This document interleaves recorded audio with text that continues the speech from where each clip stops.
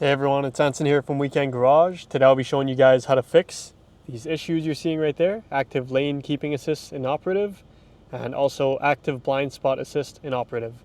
As well, in this video I'll show you guys how to fix the PARKTRONIC sensor issues that you'll see on the dash as well.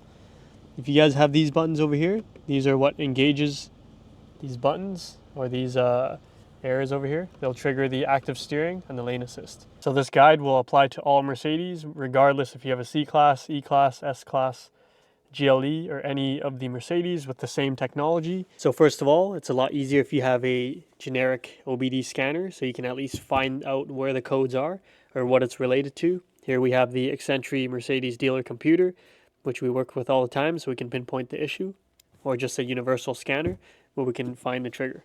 But if you guys don't have either of those, I'm going to show you all the possible errors that you could have on your vehicle. So today's demo vehicle is a 2017 Mercedes C63S. It's going to be the same if you have other models. What you want to do first is up here. You're going to see these three cameras. There's going to be one here, one in the middle, and one down there. So this is your crash avoidance sensors, your blinds, your auto lane keeping assist sensors, and your automatic braking sensors. And there's also a rain detector there. This has to be completely clean, so if you see any bird poop or fog, or if you got a windshield replacement recently and they didn't synchronize it, you'll see it here. It's either not lined up or there's dirt on it.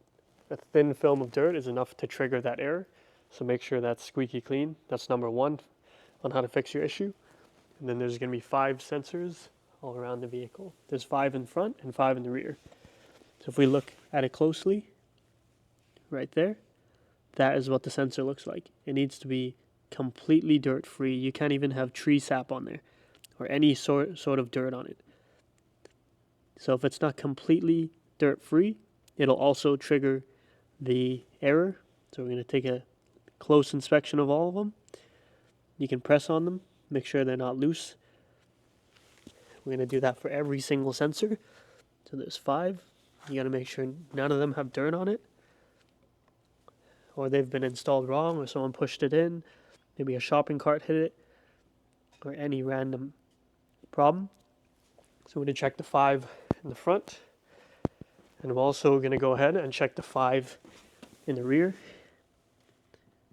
If you have the scanner, it'll tell you exactly which sensor has the problem. But assuming that you guys don't have it, we're going to go through each and every one. So another here. Make sure there's no tree sap or anything on there at all. And another one here. Another one there. Here.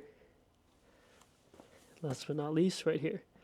Once you've cleaned and checked all 10 of your sensors, 5 in the front, 5 in the rear, that they're free of debris, dirt, and that they're not loose in the installed position, because sometimes if someone hits it with a shopping cart, or if it's not installed properly at the body shop, you're going to get that error. And even if it's not flush, so if you take a look down here, it's perfectly flush. If the body shop didn't install it all the way in, you're going to get that error. And if you're still getting an error, it's most likely a faulty sensor, which you will need the reader to diagnose. But usually cleaning the sensors and the windshield cameras, what I just showed you guys, will fix 70% of the problems.